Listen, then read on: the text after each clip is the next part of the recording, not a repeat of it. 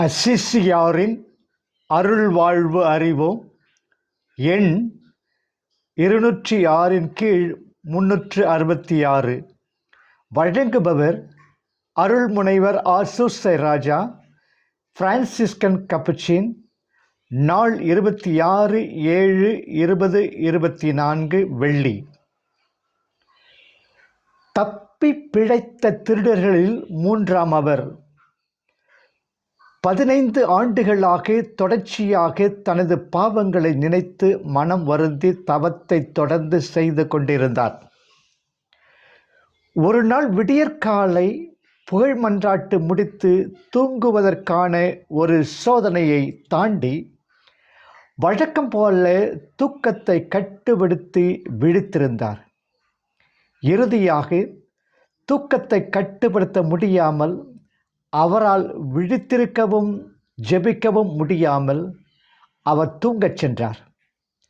அவர் கண்ணை இறந்த சிறிது நேரத்திலேயே மிக உயர்ந்த மலையின் உச்சிக்கு தூய ஆவி அவரை அழைத்து சென்றார். அந்த மலையின் பக்கத்தில் ஆழமான கிடுகிடு பாதாளம் ஒன்று இருந்தது.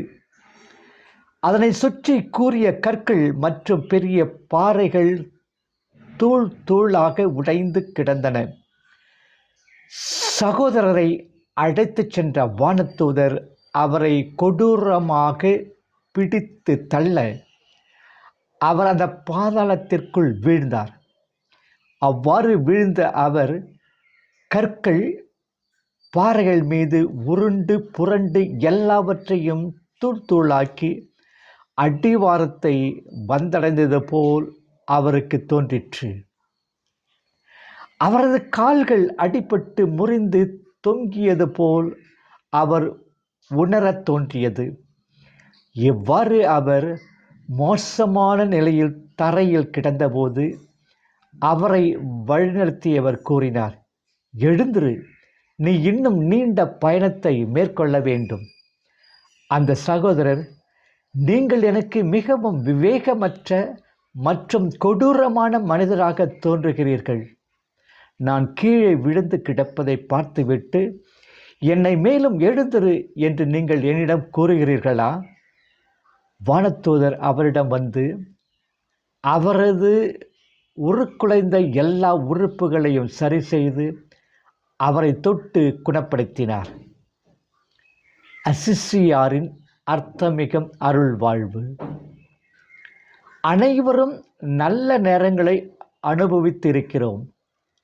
கடினமான நேரங்களை நாம் பொறுத்து கொள்ளத்தான் வேண்டும்.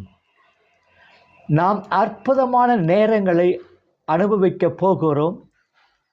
பண்டைய ரோம் நகரில் ஒரு நபர் சீசரின் தலைக்கு மேலே ஒரு மலர் வளையத்தை தாங்கி பிடித்தபடி, நீங்கள் மடிய கூடியவர்தான் என்ற வார்த்தைகளை அடிக்கடி கூறுவார். மாபெரும் சக்தி வாய்ந்த சீசருக்கு அவரும் ஒரு சாதாரண மனிதர்தான், மடியக்கூடியவர்தான் என்று நினைவுறுத்துவதன் தான் அதன் நோக்கம். கடவுள் எப்பாத்திரத்தை நாம் ஏற்று நடிப்பதை நிறுத்திவிட்டு, இது போன்ற நேரங்களில் நம்மிடம் எல்லா விடைகளும் இல்லை என்பதை புரிந்து கொள்ள வேண்டும். நாம் அழியக்கூடியவர்கள்தான். அப்படிப்பட்டவரிடம் எல்லா கேள்விகளும் இருக்கும். ஆனால் அனைத்து பதில்களும் இருக்க வேண்டிய அவசியம் இல்லை.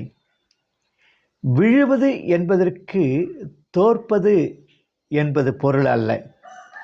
தொடர்ந்து செல்லுங்கள் என்ற தூண்டுதல் நம்மை இந்த நிலை வரை கொண்டு வந்துள்ளது. அதே தூண்டுதல் நம்மை இங்கிருந்து கூட்டிச் செல்லும். ஒரு சூரிய அஸ்தமனத்திற்கு பிறகு அனைத்தும் கீழே சென்று விட்டன. ஒரு சூரிய உதயத்திற்கு பிறகு அனைத்தும் மேலே செல்லும். நம்பிக்கை வளர்ப்போம். நாளை சந்திப்போம்.